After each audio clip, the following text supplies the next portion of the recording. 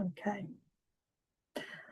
All right. Welcome, everyone. If you would have questions, you can put them in the chat, or you can have a few more people coming in. You can, write them down and hold them to the end, and we'll try to hopefully answer most of your questions as we go through.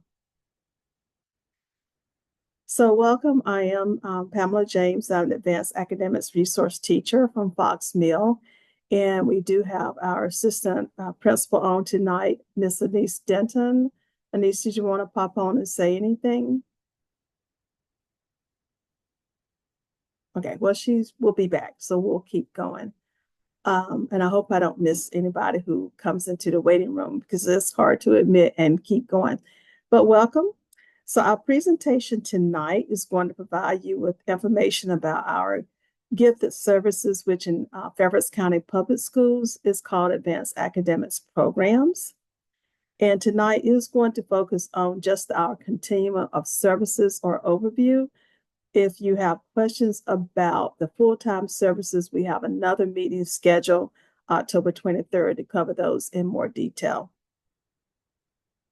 So our session outcomes tonight is to make sure we understand Fairfax County Public Schools' philosophy on advanced academic programs and understand how a student's needs for advanced learning are met through our curriculum and continuum of services. So our beliefs are that all students deserve an excellent education. Students learn best when educators, families, and students work together as partners. We also believe that when schools and families have high expectations for achievement, students will always rise to meet the challenge. All students do have unique strengths and interests. Fairfax teachers work hard to provide opportunities for students to use those strengths and pursue their interests. And I can attest to that because I see that every day. Hold on. Few more people to admit here. All right.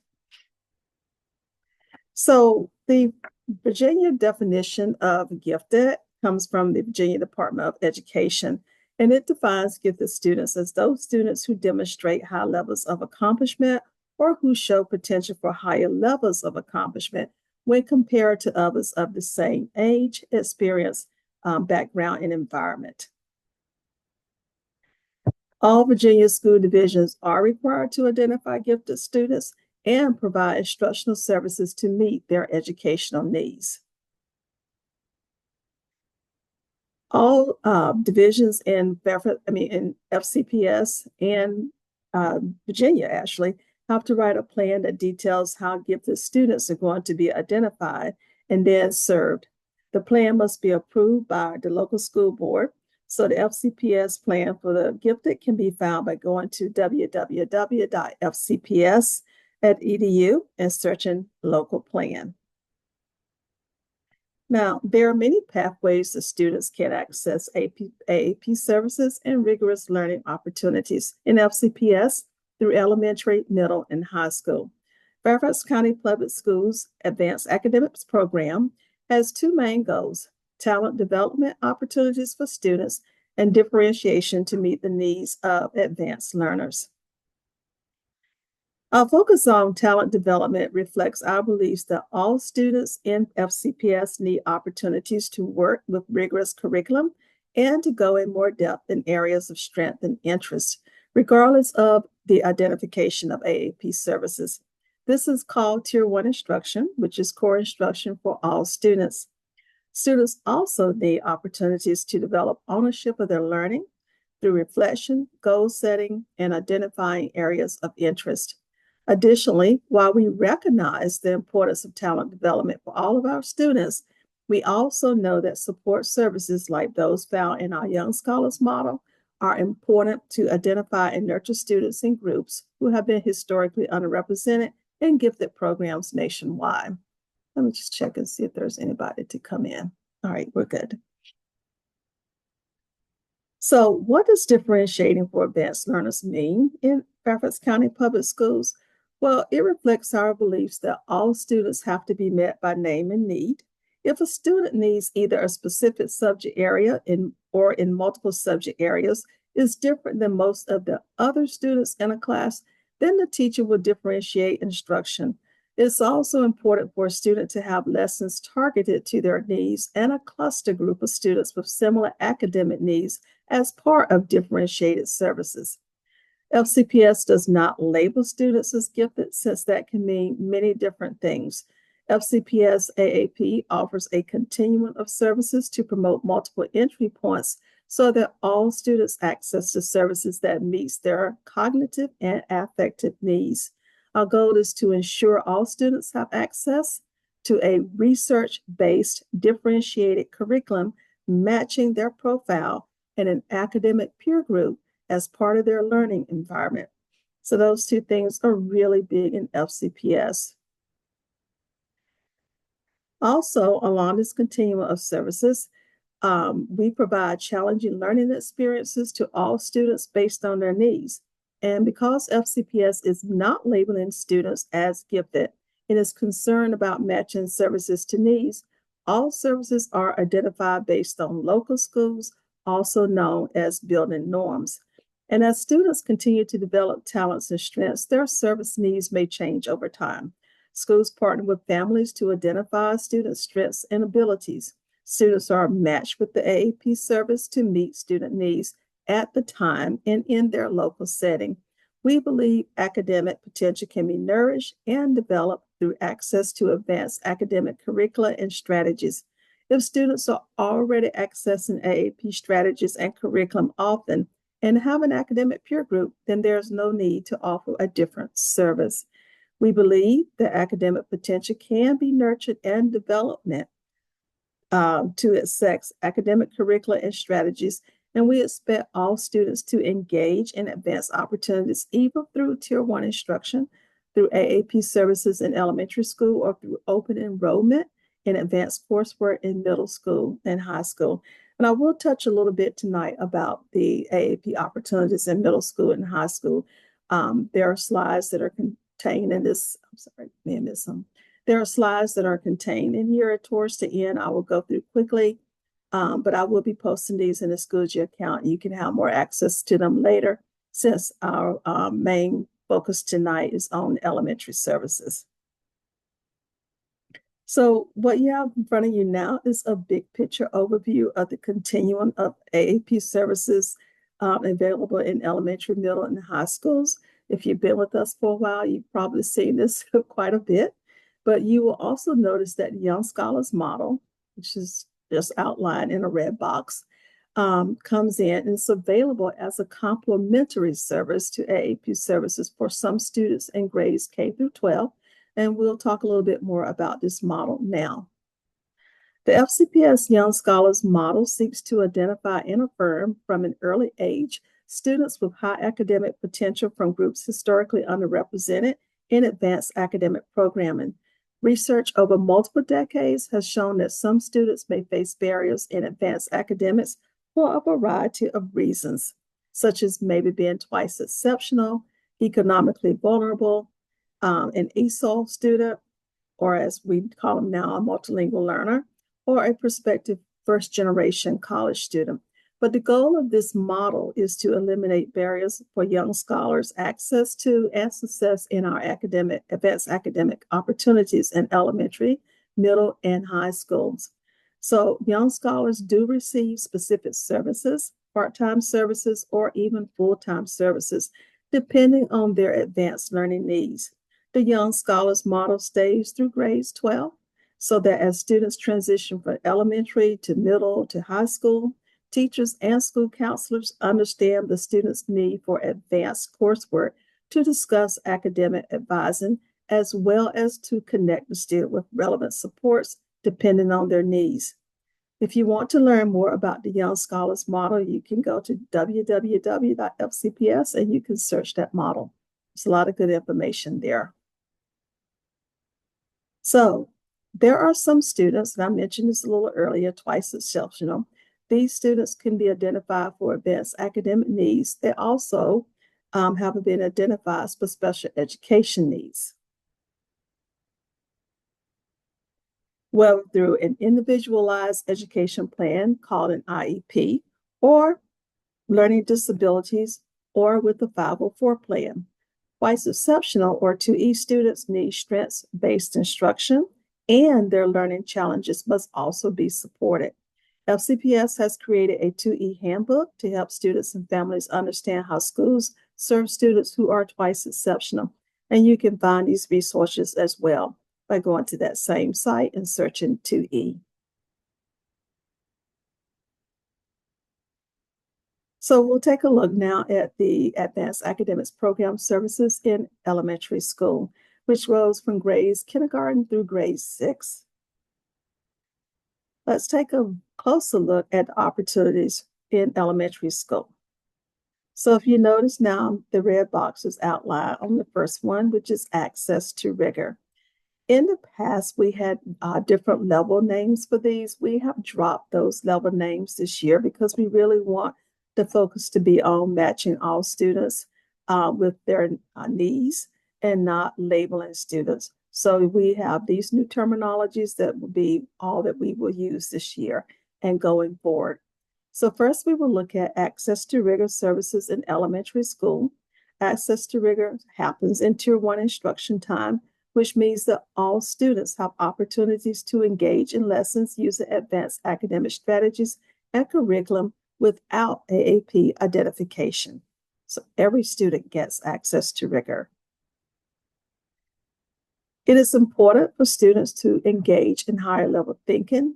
They need opportunities to think critically, reason, and problem solve during their Tier 1 instruction. So Tier 1 instruction is based on what the majority of students need. So in some classrooms, advanced academic programming strategies may be used often because many students in that class need that level of rigor to continue to grow academically. This slide shows you the 9 critical and creative thinking skills, or what we call CCT strategies, that are taught in FCPS. All teachers can use these strategies in every subject area and at every grade level. Critical and creative thinking strategies help students learn content at a deeper level. To learn more about the CCTs and also how you can use them at home, you can talk to your advanced academics resource teacher, which is me, or you can go to FCCPS and search these strategies. And then I'll also have some things that are posted in our Schoology account that you can use. So, levels of service in elementary school, grades K through 6. I wanted to show you some of the different types of CCT strategies that have been done in our school, just as an example. Parents usually always want to know what these look like. So I've posted here one of those that are plus minus interesting. There's mind mapping, one of my favorites, and post another mind map. As you can see, this one is based on character traits. So when we talk about critical and creative thinking strategies, these are some examples that students have done over time. Here's an analogy that has been done. This was a 3rd grade one that was done. And just so if you know that we are a Japanese immersion school, and when students do these strategies and they are in the immersion program, they are able to do them in Japanese and as well as, keeping the AAP piece of this. So those two are not mutually exclusive. They're able to combine and do them both. So access to rigor does include periodic opportunities for all students to use advanced academic curriculum throughout each quarter.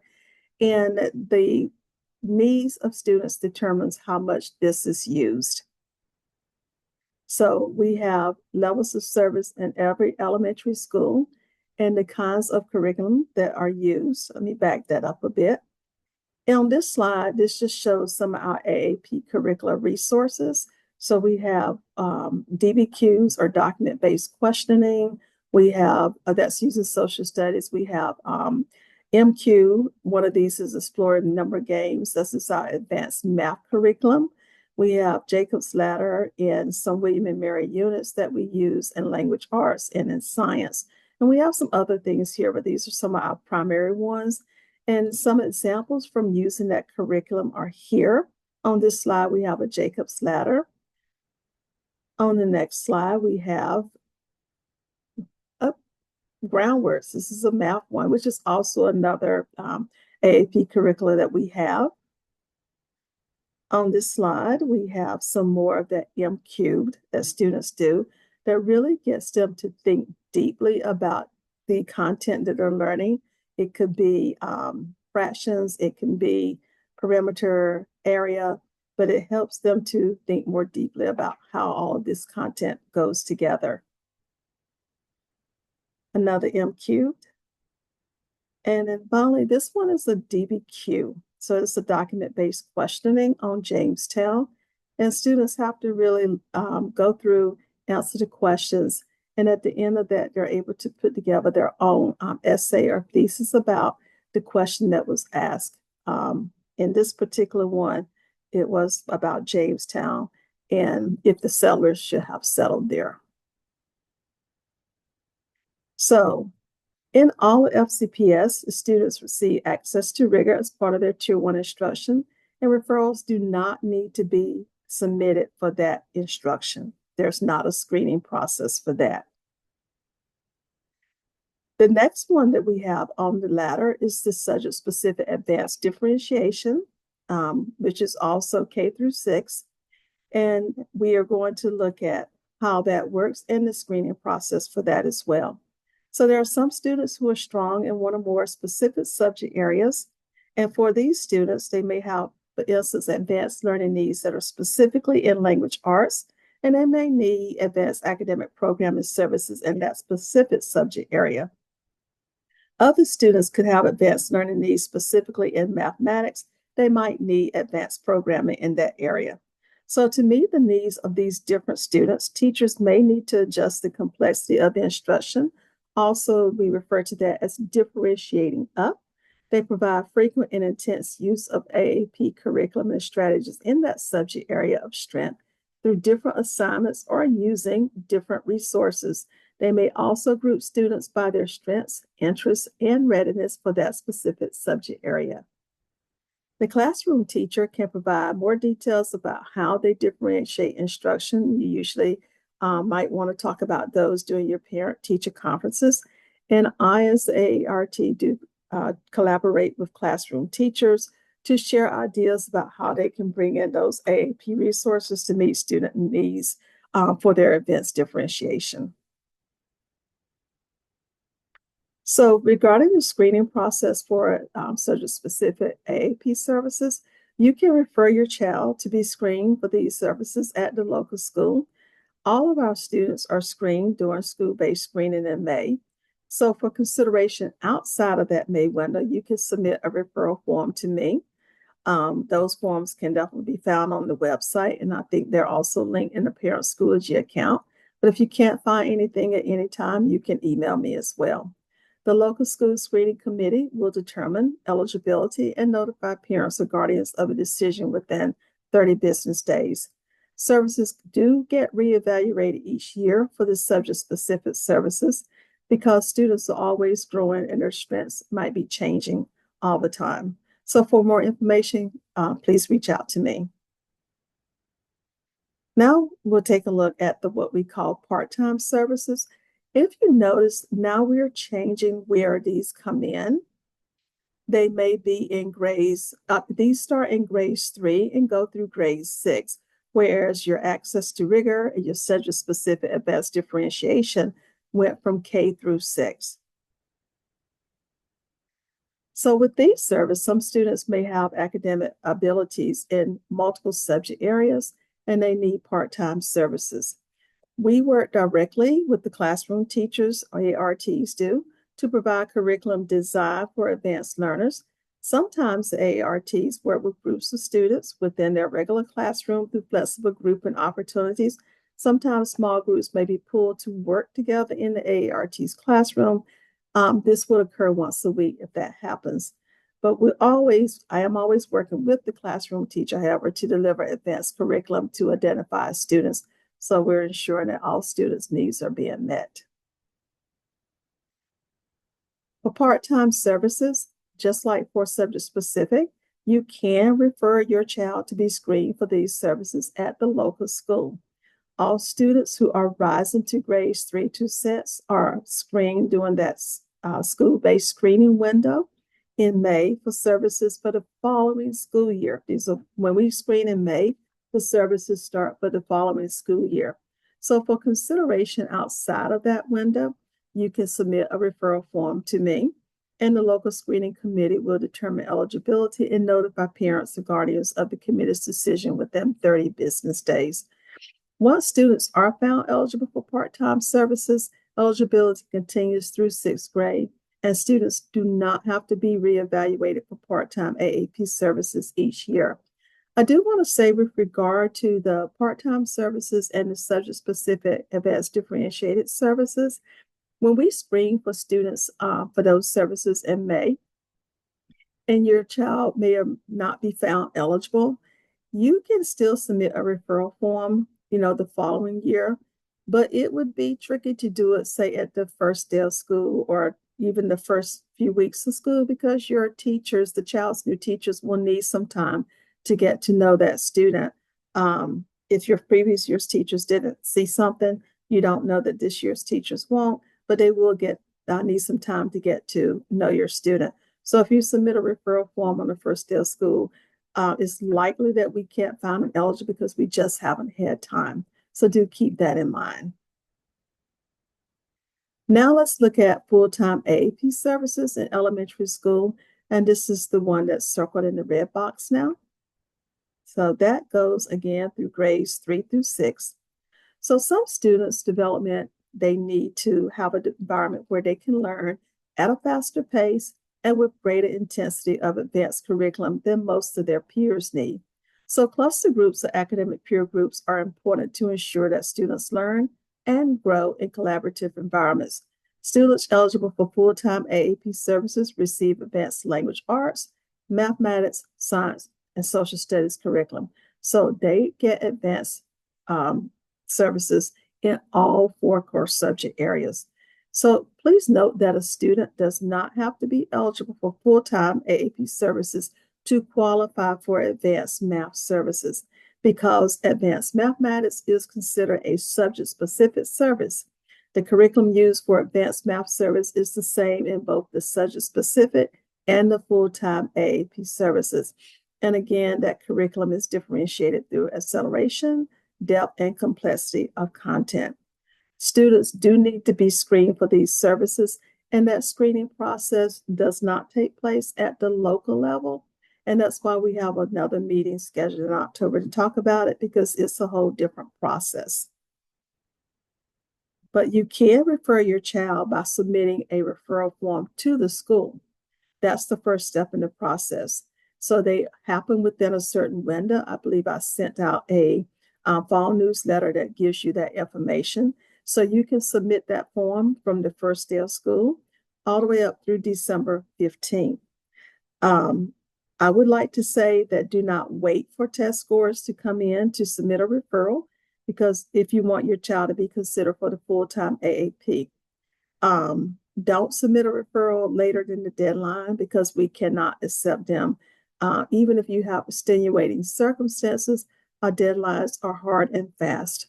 So once students are found eligible for full-time AAP services, eligibility continues through 8th grade. Students don't have to be reevaluated for full-time AAP services each year. Now, for more information, you can contact me.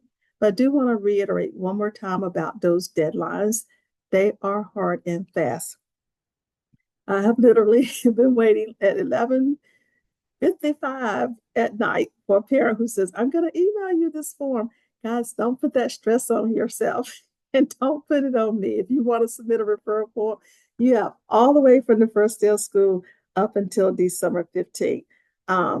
If we do fall screening for students who might have come after January 1st of a certain year, then the deadline for fall screening, where students could start their services in the second semester, is October 15th. So just to keep that in mind. With regard to the one-time retest option, students in Fairfax County can take ability tests. And when these tests are given to everyone, it is called the universal screener. These tests are different than achievement tests, like already and standards of learning tests. While achievement tests measure student learning of what has been taught, ability tests measure student reasoning and ability compared to peers. For valid scores, the only preparation the student really needs for an ability test are the standard practice items administered at school before the test. If a parent or guardian does feel that an ability test score does not represent what your student's abilities are, for instance, your child didn't get a good night's sleep the night before or was ill, there's an option for a one-time retest of an ability test in grades 3 through 7. To request this option, you can contact your school testing coordinator, which is Ms. Denton, but you can really just send it on to me because she'll send it to me. And we make sure that all of the documents that they need to have for testing are ready. There are fall deadlines to let your school know that you would like to activate your one-time retest option. They were included in the fall newsletter that you received. And so for the COGAT test, that deadline is September 15th. And for the NNAT, that deadline is October 15th. So the ability testing, again, helps us to match students' needs to their services. It's not about labeling students as gifted because we offer a continuum of services, access to rigor without identification, subject-specific services, part-time services, and full-time services that I just went over. Each entry point supports students getting their cognitive and affective needs met. So multiple criteria are reviewed as a whole to determine eligibility for all the FCPS advanced academic programming services. We use ability testing as one part of that holistic screening process for AAP services. We look at local building norms and multiple data points in determining if a student has access to a match in frequency of advanced curriculum and if they have an academic peer group. Test scores are not weighted or prioritized in the holistic screening process. I wish I could say that like about 10 times, but I just want to say test scores are not weighted any more than any other piece of that file when we look at it. It is a holistic screening process. So if you want to read more about local building norms, there is more on the FCPS public website for advanced academic services. Here I have put in a summary sheet. If you are receiving services, you have probably received one of these from me, but it's a summary sheet that's kind of summarizing the services that students are able to have at each level. So what is encompassed at access to rigor, what's encompassed at subject-specific differentiation, what's encompassed at the part-time services and full-time services level. So if you need one of those, you can reach out to me. I think I have posted one in the Schoology account, but I will check. And if there's not one there, when I post our meeting for tonight and our slides, I will post that then. So in middle schools, we also have an advanced academics resource teacher or a director of services or a school counselor. You can reach out to all of those people if you have questions at those levels. So I will not spend a lot of time tonight on the advanced academic programs for middle school, other than to just show you some of the different accesses that students have when they go, especially if your student is, say, for instance, found eligible for full-time services. That eligibility does continue over through 8th grade, and you can, find out more information by looking through these slides, but it does come in. You can see the middle school years. Students have a choice of, if they haven't been identified for full-time, they can still take honors courses. And there's the IB program. So we're just kind of popping through those slides. And when you look out at the Parent Schoology account, you can read more in detail. But like I said, our focus tonight is on elementary school, but we want to talk about the whole continuum all the way through high school, so we'll let you know about that quickly. What FCPS does want is for all students to be prepared to take at least one advanced class in high school and in middle school. So honors classes in middle school prepare students for this challenge. Honors classes are open to all students who want to learn at a high level. And students are encouraged to think about their strengths and interests and enroll in 1, 2, 3, or 4 honors courses. And of course, if they've been identified as full-time, they can continue in the program as well. So you can break it up. There are some students who are strong in mathematics. They may want those. I do know that Dr. Reed, who is our superintendent, wants all students to be ready to take Algebra 1 by 8th grade. So that's a strong push here. And here we just talk about what some courses are that they have available to them in 7th grade. And then full-time in middle school. As I said, if your student is found eligible for full-time, that does continue all the way through 8th grade.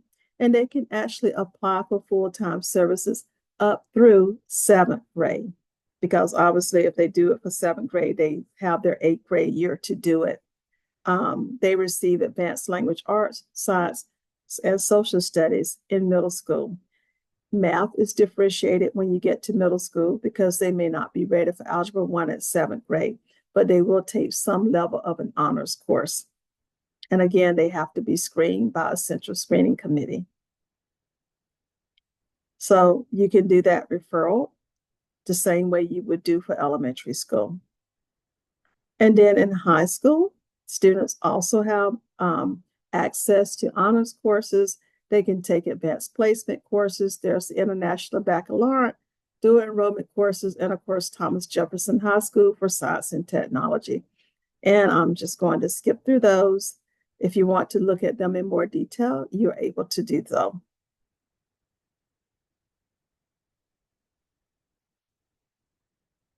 So if you have any questions about the FCPS Advanced Academics programs, you can contact your child's school. You can contact me. At the elementary school, there's also the AART in middle school. They have a director of student services as well as school counselors. And then, of course, in high school, they have just director of student services and school counselors. And that information is contained in these slides as well if you need to reach out. And for more information, you can go to the website and search Advanced AAP, and there's gobs of information out there. Okay, that is the end of my presentation tonight. I want to stop here and ask if you have any questions. I'm going to stop sharing my screen, and we can do that now. And thank you for listening. That's a lot of information, and I know I went through it, so we'll take questions now.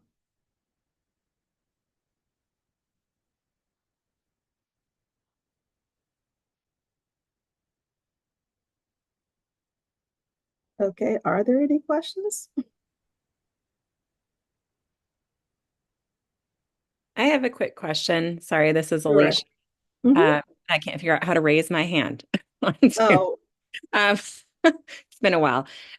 My question is, with the new language arts program that's gone into effect this mhm. year, how are level 4 students, particularly in grades 4 and 5 and 6, um, are they able to still use Jacob's Ladder? Are there any limitations in terms of being able to meet the requirements of the new language arts program along with the level 4 components?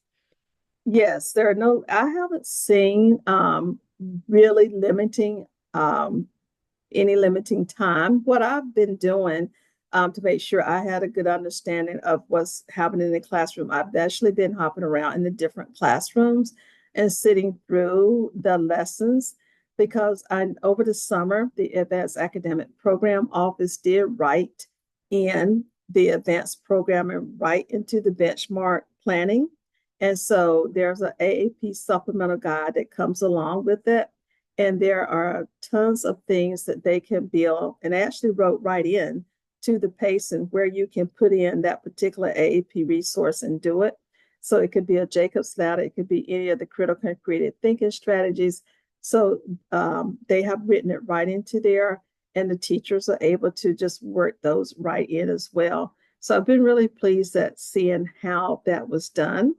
And as teachers become more familiar with the pacing of that, it'll become more like clockwork to say, okay, here we're going to do a mind map.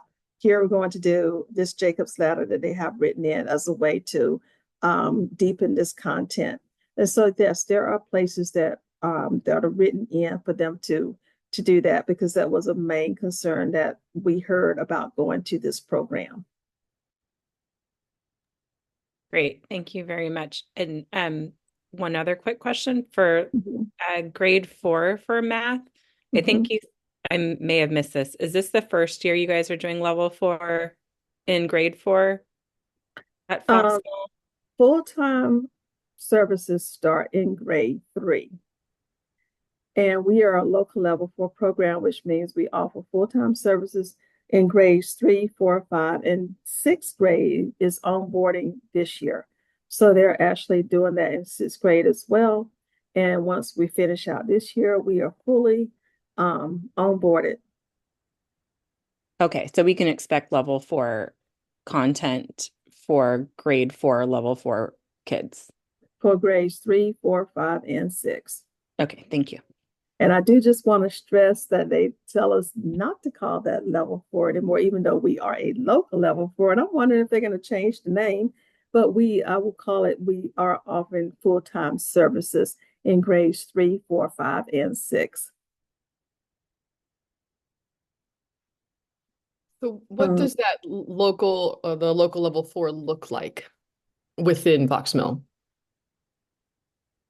okay, I got about three questions over here.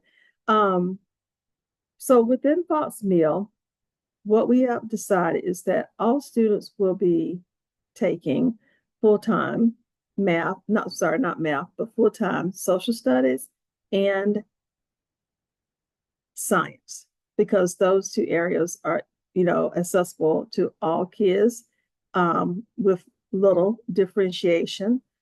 So that was a school-wide decision. As far with language arts, that differentiation will look like it probably has looked for students who may, especially in the reading area of reading, they may need differentiation for different levels of text or things like that. But if we're doing something like a Jacob's Ladder that all kids can access, or if we're doing a William and Mary unit, it may be a matter of some kids, they may need more support in scaffolding, but we do try to make sure all kids have the opportunity to do it and to try it. And of course, those students who are full time are able to take that and usually just run with it, or we are able to deepen the content for them. And the product that they produce may be, different. With the math, as I said earlier, that's always been such a specific differentiated service. Full-time students all take advanced math, but there are other students who may also take it as well. Um, I hope that answers your question. I have seen when do second grade students take the Universal Ability Test? So they're actually going to take it in October. They take the Cognitive Abilities Test in October. So a letter, if it hasn't gone home yet, Ms. Denton, the letter for the Cognitive Abilities Test should be going home pretty soon. I believe they're going Yes, to take it about the third week of October this year. yes. Hmm. So that's the one that second grade students take. In the past, first grade students have taken the INNAT or the Naglieri. They will still take that test this year. They usually take it in the spring, but this year, because we're not sure where the Naglieri is going to stand, we're going to take it in November to December of this year for first grade students. And then there need to be some decisions made higher up above my pay grade about what's going to happen to it, but they will be taking the COGAT in October.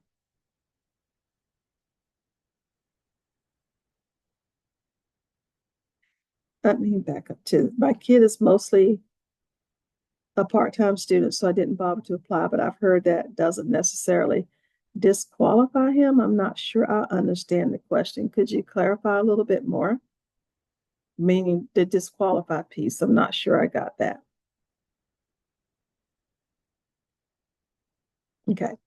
And while you're clarifying that, reading posting for another Fox Mill Elementary School family. Stay with that, Pamela, stay with that question. Okay. Mom just said his grades are mostly 3. Oh, I thought she meant he was mostly a part-time student. And when you say it doesn't necessarily disqualify him, going back to what I said about how the FAL, the central FAL, if you mean disqualify him for applying full-time, that FAL, when it's put together, and this is the questions I want to spend more time on in October because there are lots of those, but just very high level. The FAL for level 4 full-time students are screened by a central screening committee, and there are pieces of the FAL that the school puts together, and then there are pieces that the parent can submit, and then all of that goes together. The report card is one piece of that FAL. So I think that's what you mean by doesn't necessarily disqualify him. Yes, because there are other pieces to look at. There are the I-rated scores to look at, universal Screener scores. There's the Naglieri-Coggett scores if they, are applying. There are work samples that the parent can submit. There are work samples that the school can submit. And then, of course, there's also the HOPE scale, the HOPE rating scale that is part of their FAL. So all of those pieces taken together gives you a holistic look at the student. So yes, being a mostly 3 student, or if that's what you mean by the report card, will not necessarily disqualify anybody from being, screened and found eligible for full-time services. Okay, I think that hopefully answers that question. If a student new to FCPS last year missed taking the COGAT, can they take it this year, or has the deadline already passed to make that request? The student is in 4th grade and has never taken an ability test. If they're in school and they've never taken an ability test, they will take that test this fall, okay? Because we always look at students who have not taken any ability test. So we identify those students along with any students who have requested a one-time retake. So they should not be missing having an ability test. Sorry, can I just jump in really quick? The family was new last year and somehow they missed the student. Who is this? So well, you can I can just email have me. the parent, I'll have the Yeah. parent email you. When you say new, how new were they? Because we do take the COGAT in the fall. They came in August. I will have to look because we look at those PALs pretty closely, and I would love to know who that would be. I'll have them email you. Please do.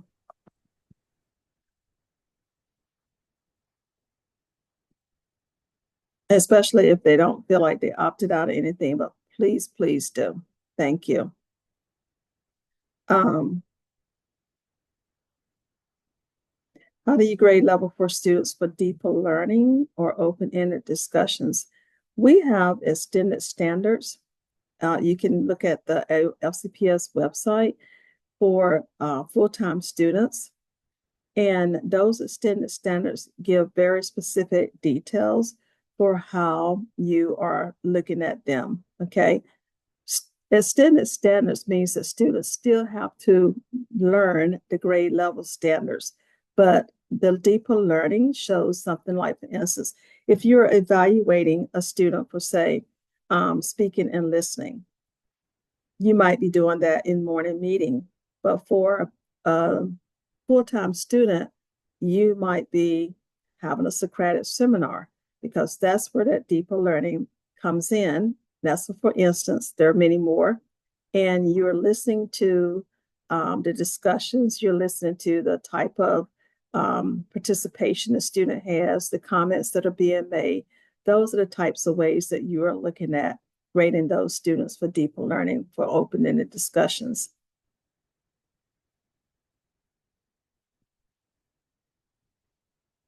Okay, so maybe that question was not full-time, but subject specific. I don't know if that goes along with the disqualified piece of that. So if you want to type a little bit more, that could help. Or you can just jump in, guys, and I don't mind hearing your voice because you've heard mine for quite almost all the evening.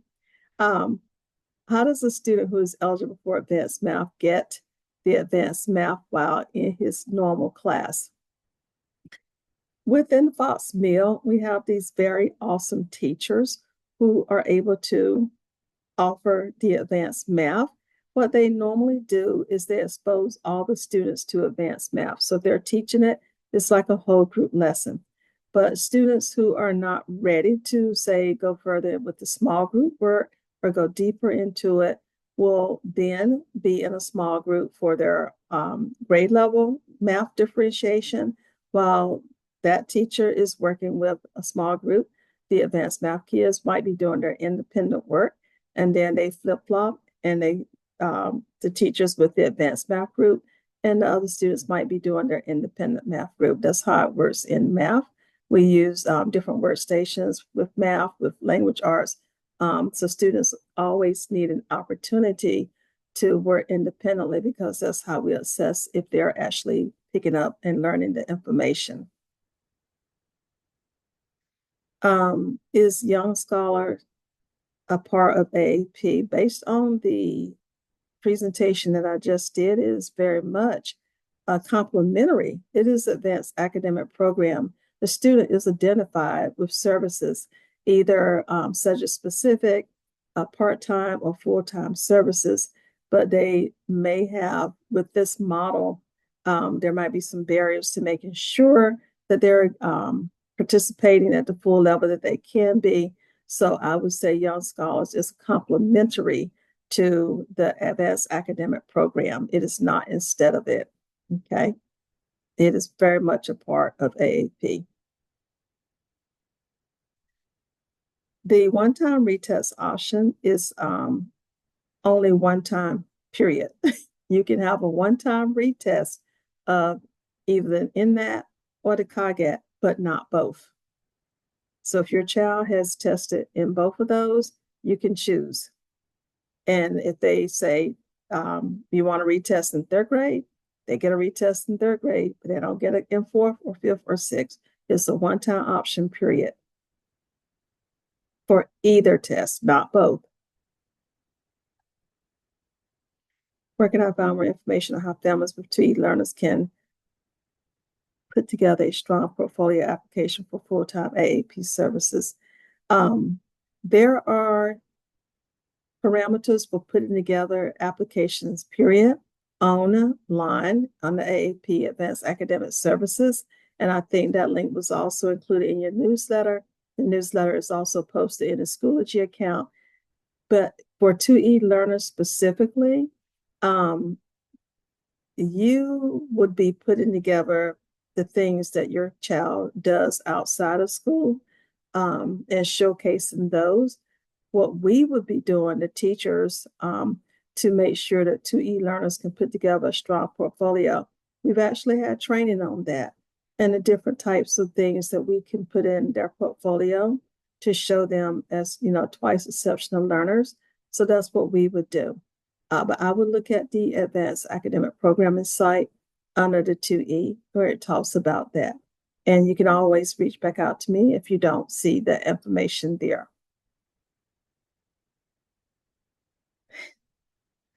Okay, all right.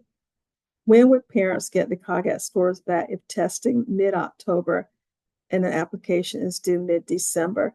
So again, the main thing I put in this presentation I want you to walk away from is please do not wait for scores to have the decision about putting your child up. If you decide you are going to do it, do it. Do not wait for the scores. The scores, they usually give us a release date, and it's usually about a week before the deadline. So for December, the deadline is December 15th. Like I said, there's a cutoff date.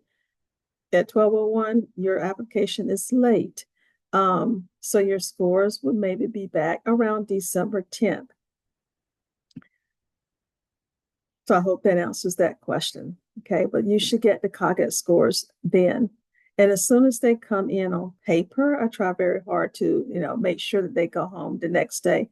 But again, please do not wait for the scores if you're going to put forth a referral for your child. Ms. Denton, I'm looking through the chat. I maybe think I've got all the questions. I tried to scroll through. I hope I didn't miss anything. And if anybody thinks that I missed something, please feel free to hop on now and let me know.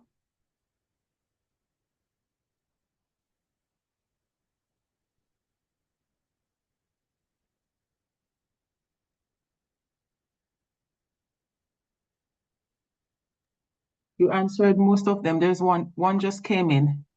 It says, oh, it's I just a see. thank you. Yes. I was like, All I see right. thank you, but I'm Yeah. not seeing any more.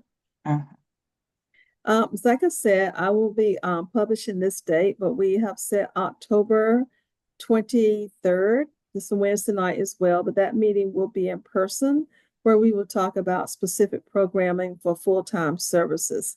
Because I imagine there's a lot more questions there. It seems like a lot of them tonight are leaning towards that way. But you can get that more information there. And you And can, Mrs. James, sorry, we had last year when we had our session, I had typed up the questions and you provided the answers, so we can put those answers out too. they're already in the parent Schoology account. So Perfect. whatever we do tonight, we'll just add to that. So we add on our frequently asked questions. All right. And this video recording, I hope I'm still recording. We will put that in there as well, along with the slide deck. Yep. Okay. I am going to stop recording how we answer all the questions. If parents do decide to look at the video, I'd like for them to be able to hear the questions and answers as well. Okay, well, we are at 7:22. I'm happy to stick around for a little longer.